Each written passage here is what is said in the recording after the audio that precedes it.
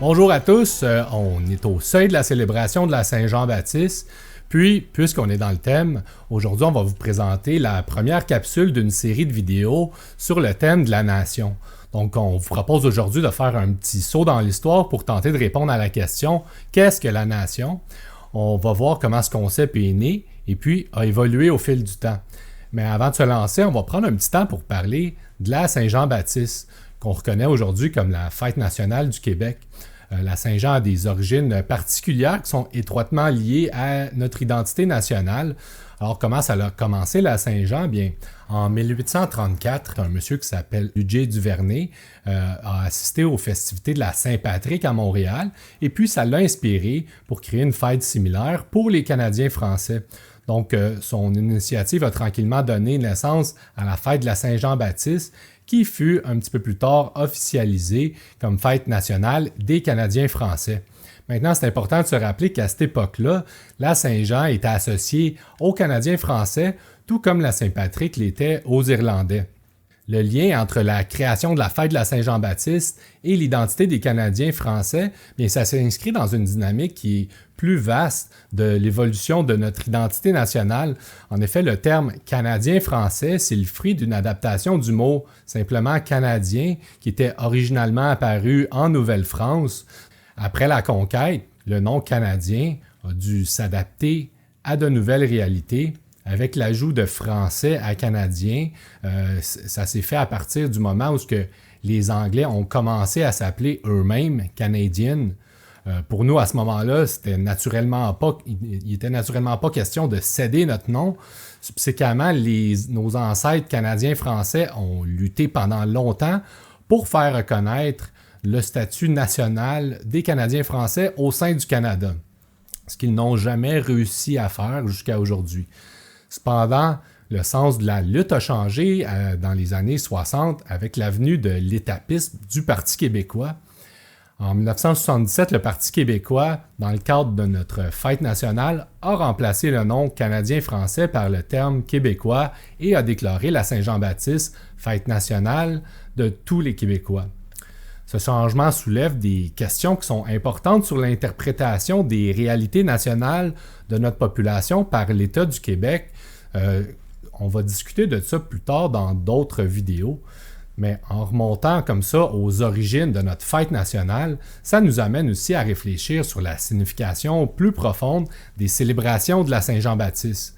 En effet, bien avant la création de la Saint-Jean, en tant que fête nationale des Canadiens français, c'était une célébration qui avait une longue histoire. Ça remonte à des temps bien antérieurs au Québec. Donc, avant la christianisation de l'Europe, le 24 juin était marqué par des festivités païennes qui ont ensuite été adaptées par l'Église pour célébrer la naissance de Jean le Baptiste.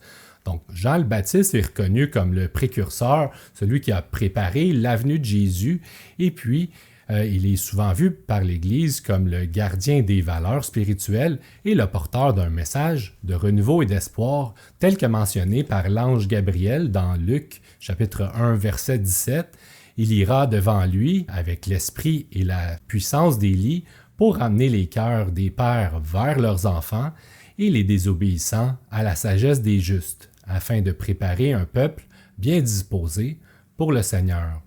C'est intéressant que, d'une façon similaire, les pionniers catholiques de la Nouvelle-France ont agi en tant que précurseurs en ouvrant la voie à une nouvelle société sur un territoire inconnu. Donc, ces premiers Canadiens-là étaient aussi des gardiens des valeurs spirituelles et culturelles de leur époque.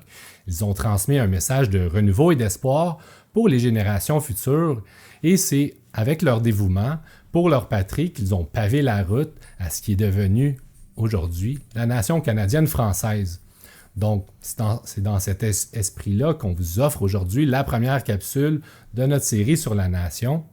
La Fédération des Canadiens français vous souhaite une joyeuse Saint-Jean-Baptiste. On vous invite à célébrer notre héritage et puis à nous aider à créer une mouvance pour assurer que notre nation survive à l'assaut du temps. Donc, allons-y ensemble dans le sujet d'aujourd'hui. Qu'est-ce que la nation?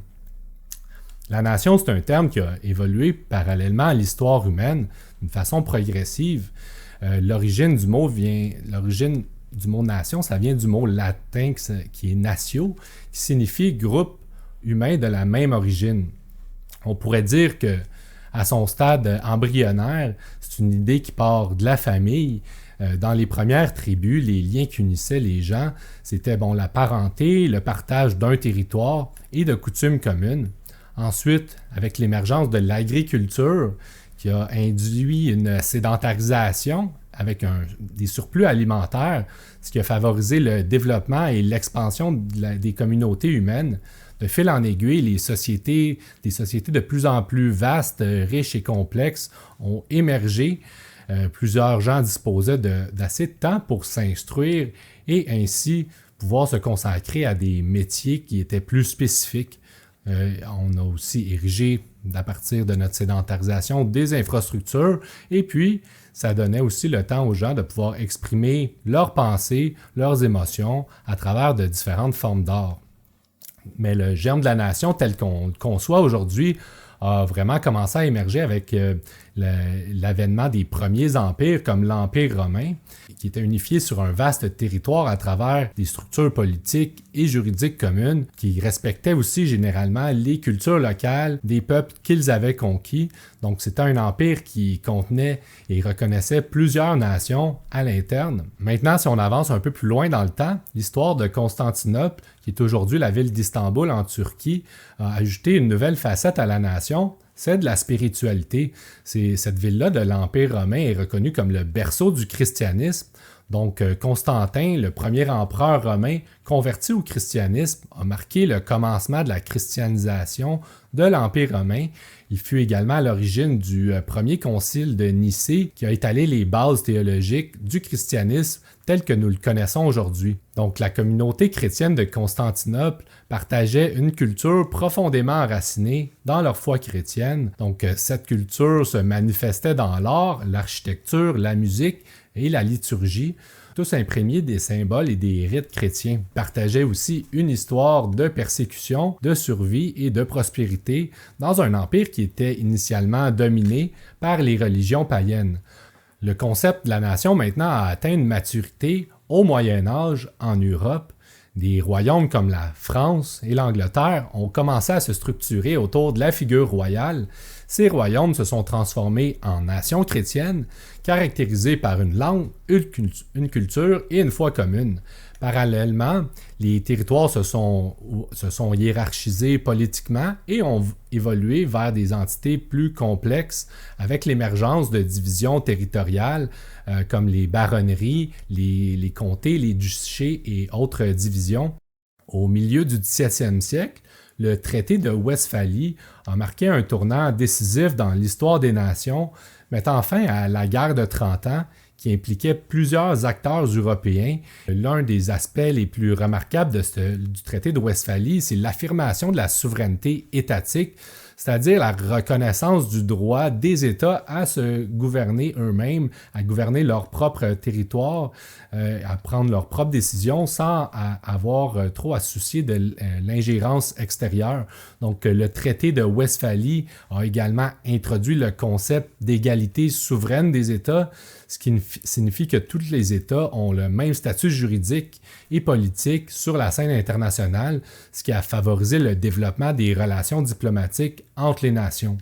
On peut voir que le concept de nation a évolué de manière significative depuis l'Antiquité jusqu'au traité de Westphalie. Ce traité-là a marqué un point tournant dans l'histoire des nations en affirmant les principes de souveraineté étatique, d'égalité entre les États et de la liberté religieuse. Maintenant, c'est important de noter que le concept de nation peut être interprété de différentes manières. Certaines nations se fondent sur des critères qui sont ethniques, linguistiques ou religieux, tandis que d'autres sont davantage basés sur des principes politiques et d'idéologies communs. La diversité des nations reflète le paysage humain et souligne l'importance de respecter les différentes formes d'identité nationale. En prenant tout ça en compte, on peut commencer à déchiffrer les différentes expressions de la nation au travers des époques. Alors, on va maintenant porter notre attention sur les civilisations françaises et anglaises qui ont façonné le Canada. Ces deux civilisations sont porteuses de visions qui sont distinctes de la nation. La civilisation française prend ses racines dans une tradition qui est profondément catholique. La conception française de la nation porte généralement plus sur la culture, l'ethnie et l'identité partagée. Il s'agit d'une vision un peu plus romantique et idéalisée de la nation qui valorise l'héritage culturel, l'histoire commune, la langue et la spiritualité. Selon la perspective française, l'État est vu comme une entité représentant une nation culturellement homogène. Cependant, c'est crucial de ne pas confondre État et nation. On pourrait prendre les paroles de Joseph Thomas Delos, qui était un professeur de droit français et l'un des fondateurs du Comité de la France libre à Québec. Donc, il définissait la nation comme une communauté de conscience qui cherche à vaincre le temps et à s'affirmer dans sa durée. Dans son ouvrage « Le problème de civilisation, la nation », il s'efforce de fonder en droit le national pour le situer comme un droit de l'homme, au même titre que le droit du citoyen est lui aussi un droit lié au droit de l'homme. Le concept de la nation, tel que vu par la civilisation française, il se distingue nettement de celle de la civilisation anglaise, où le terme nation prend un sens politique et étatique. Un bel exemple de cette conception anglaise est fourni par la Déclaration des droits et des devoirs des nations de 1916. Je cite « La nation est une personne morale et juridique, création de la loi et subordonnée à la loi comme la personne naturelle dans la société politique. La civilisation anglaise porte une attention particulière aux valeurs politiques et juridiques communes. Donc, elle offre une vision plus civique et pragmatique de la nation en mettant l'accent sur les institutions politiques et la participation citoyenne. Cette vision est souvent associée à la philosophie du multiculturalisme et du libéralisme, où l'État est envisagé comme une entité qui peut englober une diversité de cultures et d'identités. Le Code civilisationnel anglais s'appuie également sur la volonté de mettre en lumière l'importance de l'action et de la prise de décision. L'identité anglaise est construite autour de ces principes avec un fort accent mis sur les libertés individuelles, la loi et l'ordre et l'économie. Bien sûr, comme nous le savons, ces deux points de vue ont engendré des tensions au Canada. On pourrait prendre comme exemple l'Acte de Québec de 1774 qui a été imposé par le gouvernement britannique visant à concilier la majorité française catholique du Québec avec la domination britannique. Donc, cet acte-là restaure les lois civiles françaises tout en maintenant les lois criminelles britanniques. Elle autorise la liberté de culte pour les catholiques et reconnaît la titulature seigneuriale française.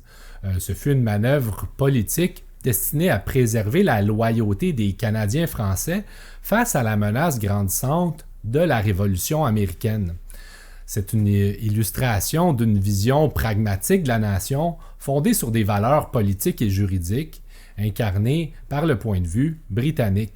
Cependant, cet acte a suscité des tensions considérables dans la colonie britannique d'Amérique du Nord. Pour beaucoup d'anglophones, l'Acte de Québec était une concession qui était inacceptable à une culture et un culte religieux qu'ils ne comprenaient pas et ne respectaient pas.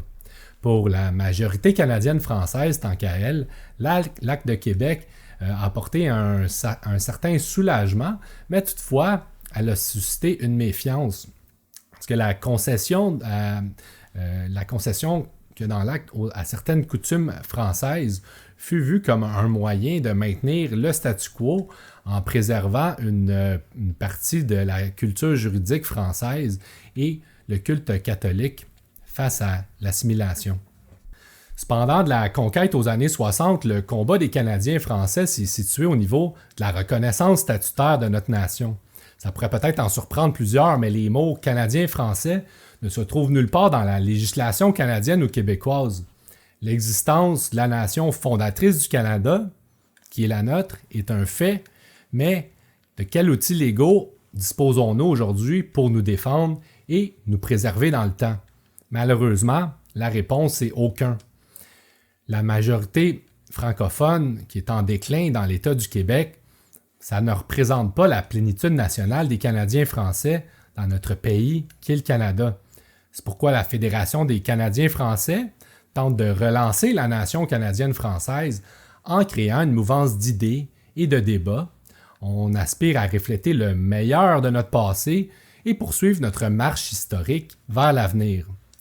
Donc c'est un appel qu'on lance à tous les gens qui sont nés ici et qui se sentent canadiens-français de s'investir dans des gestes concrets pour contribuer à cette relance. Cette contribution dépend bien sûr des sphères d'intérêt de chacun. Vous pouvez contribuer également en partageant cette vidéo, en participant aussi à la fédération, en rejoignant notre groupe Facebook. On vous incite aussi à aller visiter notre site web au www.canadien-français.com. Je vous remercie beaucoup d'avoir été là. Je vous souhaite une bonne Saint-Jean-Baptiste et on se revoit très bientôt.